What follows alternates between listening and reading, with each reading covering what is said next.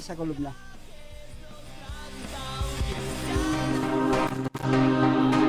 Esos momentos de dignidad y derechos que fueron posible y llegan hasta hoy.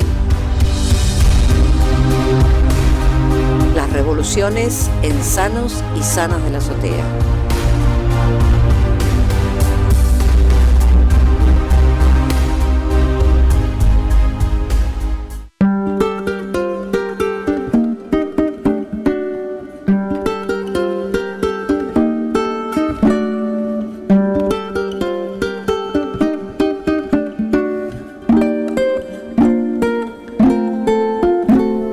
Bueno, muy bien, y estamos en el momento patria sí, colonia no, pero bueno, pasó algo durante esta semana, pasaron muchas cosas y lo tenemos en comunicación telefónica a Daniel Chiarenza. Él es profesor de historia y yo me animo a decirlo así con todas las letras, que es el biógrafo de Ramón Carrillo. Yo creo que Daniel casi que se tomó un café con el primer ministro de Salud de la Argentina en algún momento, así hubo un encuentro, en algún momento me parece, pero lo vamos a tener hoy aquí en nuestra columna de las revoluciones para poder hablar sobre esta semana de mayo que tiene tantas vertientes. ¿Cómo estás, Daniel? Te saludamos acá, Adrián, Nahuel, Leandro, también lo tenemos a Néstor y Pablo, que es quien te habla. Bueno, Pablo, ¿qué tal? Buenas tardes, ¿cómo te va? Bueno, estaba escuchando recién de la introducción. Sí, verdaderamente a veces lo siento de esa manera, ¿no? Que cuando yo escribía todo lo que escribí sobre Carrillo, en realidad no que me estaba tomando un café, que él me estaba dictando en la oreja, cosa de loco, ¿viste? Pero bueno. ¡Qué bárbaro! ¿Qué va a ser? Son a veces esos deleites que se da uno cuando agarra una lapicera y empieza, pero acá ya no es más lapicera, pero de todas maneras, claro, seguimos manteniendo la mística anterior, que es la mística del escritor, ¿no? Sí. Digo, con la lapicera. Sí. Bueno, entonces estaba diciendo patria sí, colonia no, patria sí, colonia no, y parece que hasta el día de hoy no lo dirimimos el problema, porque me parece que estamos con un retraso tan grande que estamos atrasando 206 años por lo menos, no sé, sí. 216 años. Esto es una cosa incomprensible. Ahora yo digo lo siguiente, ¿no? A mí me parece que el problema está en que no se supieron revertir ciertas cosas. En aquel momento no había partidos políticos, sí, por ejemplo, había factores de opinión, que estaban los colonialistas, sí, estaban los independentistas, estaban los fernandistas, que no se sabía bien qué eran, ¿no? Los carlotinos, inclusive, ahí lo estoy anotando, no me había acordado, los carlotinos, sí. Bueno, en fin, estaban todas las vertientes, ¿no es cierto?, que luego se van a presentar en lo que fue, digamos así, la antesala verdaderamente del 25 de mayo, que fue el Cabildo Abierto del 22 de mayo, que hay que ver cuánto tienen todo cuánto tiene de componente de popular y nacional, que es lo que nosotros reivindicamos, ¿no? Porque sí, yo creo que cuando vemos la conformación final podemos encontrarle algo de nacional, vamos a encontrarle poco de popular, y después vamos a ver dónde podemos encontrar esa popularidad que a lo mejor le faltó a los días de mayo de 1810. Bueno, también tenemos factores de poder, y esto es lo que más. Hoy tenemos el Círculo Rojo, hoy tenemos a los que responden a los que responden a la hermana del presidente, los que responden al presidente, y a los que responden a Dorni, a los que responden al Gordodán. Bueno, eso es terrible, porque hemos caído en una mediocridad infernal realmente. Pero en aquellos momentos los factores de poder eran los comerciantes, por ejemplo, que querían una apertura, ¿no es cierto?, porque si no, en definitiva, la mano se la estaban ganando los contrabandistas. Sin ir más lejos, hasta Artigas fue contrabandista en la otra banda oriental y quería seguir manteniendo un poco esa cuestión, y de ahí viene un poco digamos así, la propuesta, que era una propuesta de seguir permaneciendo como hasta ese momento y y no depender porque en definitiva no se dependía del gobierno español, se dependía del gobierno británico, de última. Pues los españoles no tenían estructura como para hacer ese tipo de cuestiones. Y después estaban los intelectuales como Castelli, como Moreno, que se habían preparado en Chuquisaca. Sí. Estaba el clero, que también es importante, es más, el Luis Riega, que era miembro del clero, fue el que tenía la posición dentro de ese cabildo abierto más colonialista que nadie, ¿no? Porque dijo que así quedaran, no le daban ni posibilidad a los criollos, que eran hijos de españoles que estaban aquí en América, pero decía que así fuera la última persona que había, un esfuerzo persona, por decir algo, ¿no es cierto? Ese era quien tenía que gobernarnos. Entonces ese había llevado, digamos, al máximo la calificación de colonialismo. Y no queda muy lejos de lo que piensan algunos hoy, ¿eh? Bueno, y después el ejército, que realmente tenemos que tomarlo en cuenta al ejército como un factor muy importante, por el hecho de que en aquel entonces, claro, nosotros estamos marcados, digamos así, por un ejército que ya sabemos que toda la vida fue antipopular, antidemocrático, en fin, verticalista, fascista en determinados momentos, nazi en otros, pero aquel ejército era distinto por el hecho de que después de las invasiones inglesas no había habido un ejército regular, sino que el ejército estaba formado por milicianos, y los milicianos eran tipos que iban a laburar y después venían y hacían, digamos así, sus prácticas de guerrera. Y además una cosa muy importante, sí, el jefe lo elegía la tropa. Entonces de esa manera había sido electo Saavedra, por ejemplo, o tipos como Ascuénaga. ¿Te das cuenta? Bueno, entonces por eso tenemos ciertas aristas y después también las cosas que se dicen con respecto a, yo me estoy apurando un poco porque sé que el tiempo es poco, ¿no? Pero yo en cuanto a los antecedentes, vos fijate que mi señora estaba haciendo una maestría, lo voy a decir, en la Universidad de 3 de Febrero. Sí. Y en una dio como antecedente de la Revolución de Mayo con un criterio muy cierto y muy valorable por lo estudioso del asunto, el 25 de mayo de 1809. Entonces el profesor le corrigió, profesor universitario, le corrigió y dice, no, 1810 que 1809. Pero no, 1809 se había dado la revolución en Chuquisaca y La Paz.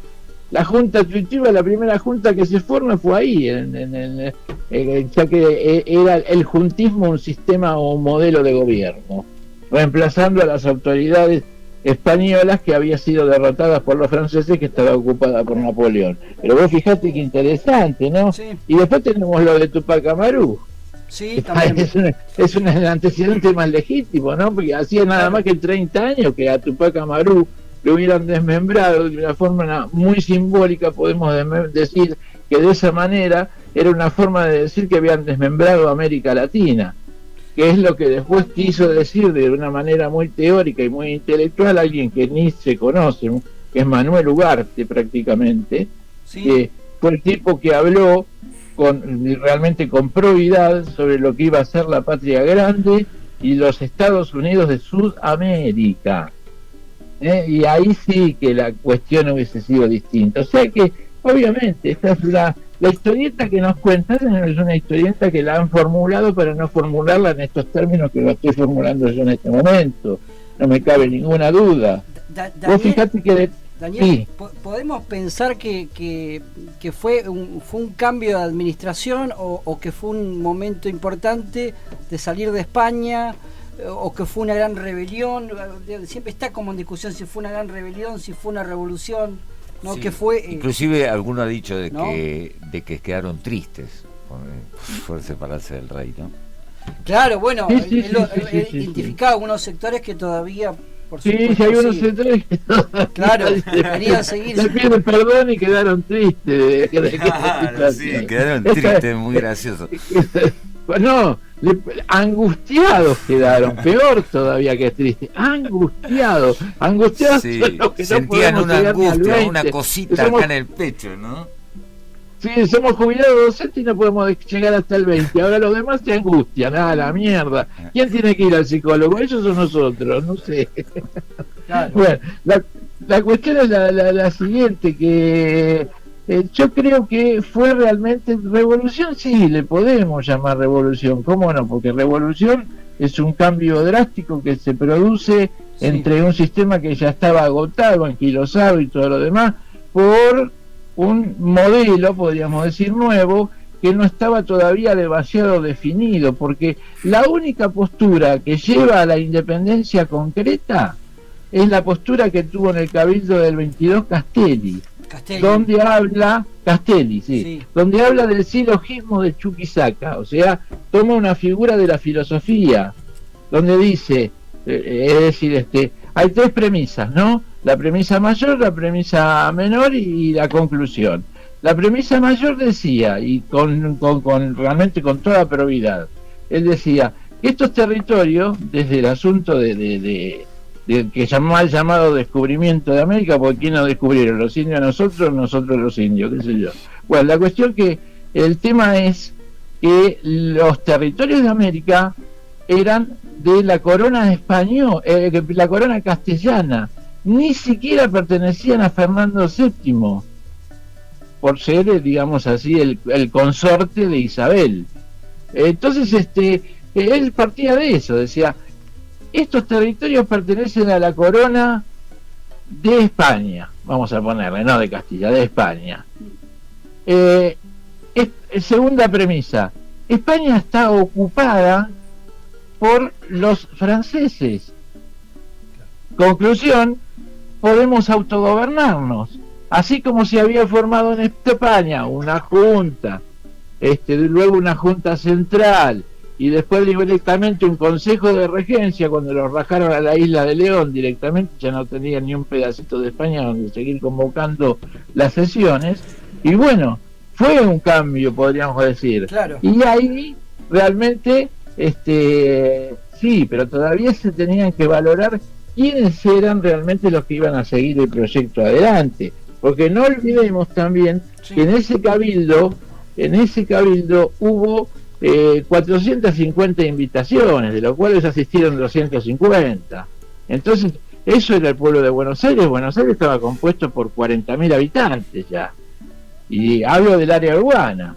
Ya había casa. Entonces, claro. Entonces, yo digo, ¿qué representatividad tenían todos los invitados?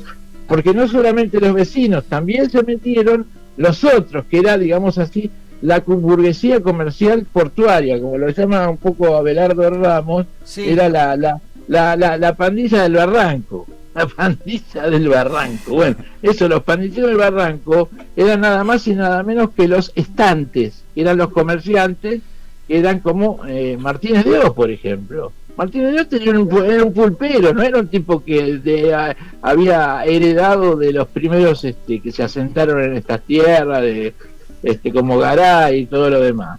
Así que vos fijate, ¿no? Porque es una cosa realmente. Mirá, y después las figuras rimbombantes que crean para explicártela.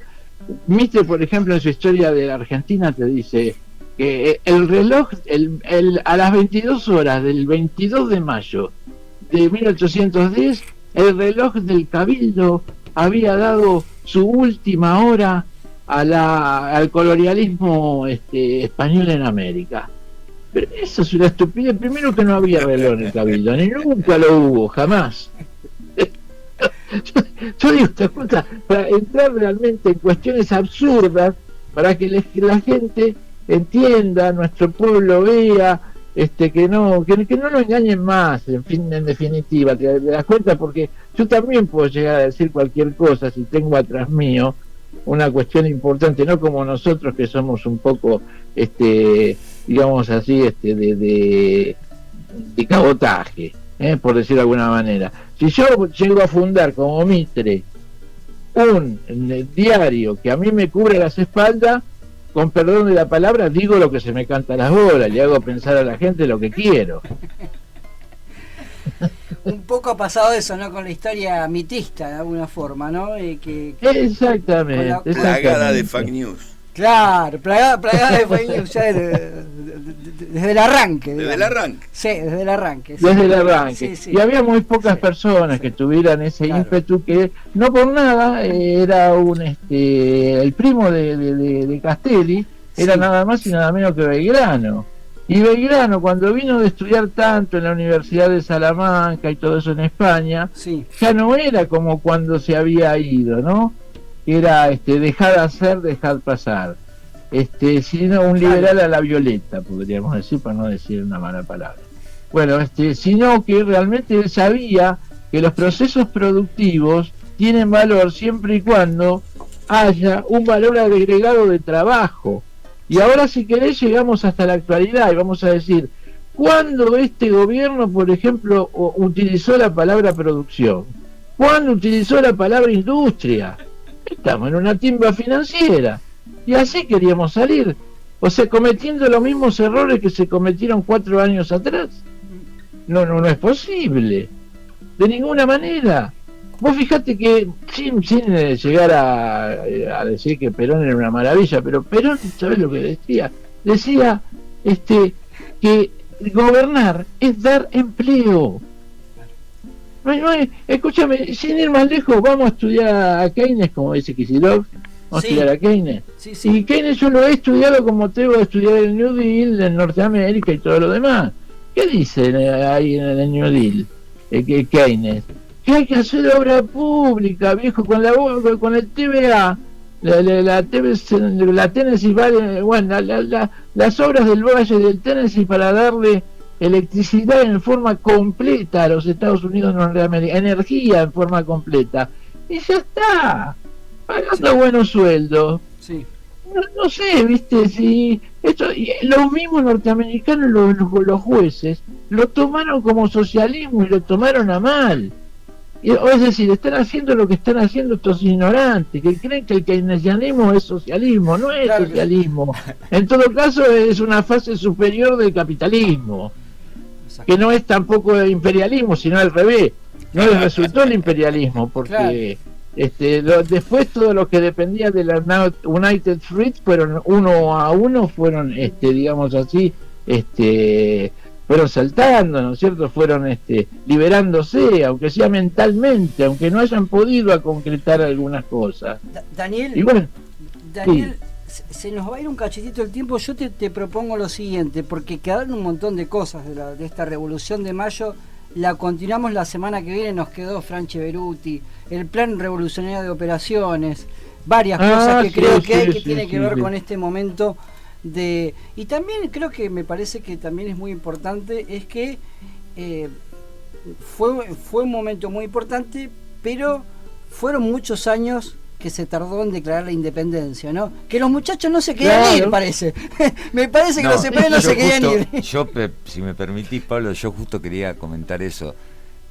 Cuando yo estudié un poco la historia de la Revolución Francesa, ¿no? 1789, y después lo empecé a unir con lo que había aprendido en la escuela primaria de 1810, empecé a comprender la oleada revolucionaria que hubo a partir de Inglaterra, Estados Unidos, México, la Revolución Francesa, y en lo que pasó acá en Argentina.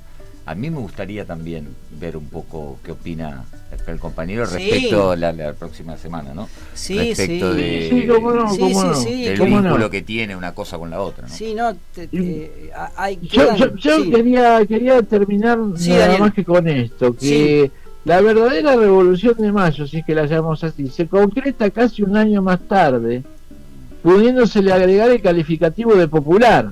Ahí sí, porque fue el 5 y 6 de abril de 1811, cuando los alcaldes de Quinta, entre uno de ellos Tomás Grigera, de la zona de Lomas de Zamora, así se llama la plaza de Lomas, fue el que impulsó a esa unión de los orilleros y los gauchos que confluían a la Plaza de Mayo solicitando el cambio en la conformación de la Junta, para que realmente sea nacional, popular y federal, que no se lo habían planteado ni loco, ¿viste? Al contrario, iban a tomar iban como si fueran a tomar desde el centro de Buenos Aires, digamos así, los pueblos del interior. No entendieron lo que era federalismo, evidentemente. Le faltaba la mecánica de pensamiento de un Artigas. Bueno, ya que evidentemente el elemento provinciano hasta ese momento se había movido en segundo plano. Entonces todo eso también nos tenemos que preguntar. ¿Dónde estaba lo federal de la revolución? Como ahora. ¿Dónde está lo federal ahora? ¿Dónde está lo federal? Porque ese parece ser un mandato histórico, ¿no? Sí. De claro, pensar todo desde Buenos Aires. Sí. ¿Qué es lo que pasa cuando llega la clase dirigente que llega? Claro. ¿No es cierto? Porque ahí estamos expuestos todos a la traición, que fue emblemática en nuestro país, fue un emblema en nuestro país, la traición. Daniel, te vamos a agradecer muchísimo y te mandamos un fuerte abrazo y la continuamos la semana que viene, que ahí abrimos como varios frentes, abrimos varios frentes. Dale. Sí. Mirá, no hay problema. Me gustaría con el compañero historiador, que vos me dijiste que iba a estar ahí. Néstor está acá, Néstor. Néstor, y nos estamos hablando en este momento. Me gustaría que hagamos algún espadeo también. Me gusta. Mirá, te voy a decir algo. No te hagas problema. A mi juego me llamaron. Me gustó. No. Te voy a decir algo. Néstor tiene un programa que se llama Salir por Arriba en Radio Rebelde, así que yo creo que ahí en cualquier momento, capa, espada, no. Yo no sé si hago un rifle también, No. Avanzamos con mucha técnica. Entre compañeros no. No, y además yo soy de la época de los hippies, yo soy Está bien, me gustó, Daniel. Está bueno. Bueno, cerramos un poquitito esto con una banda marplatense histórica de aquí en nuestra ciudad, Los Científicos del Palo, haciendo Revolución de Mayo. Bueno.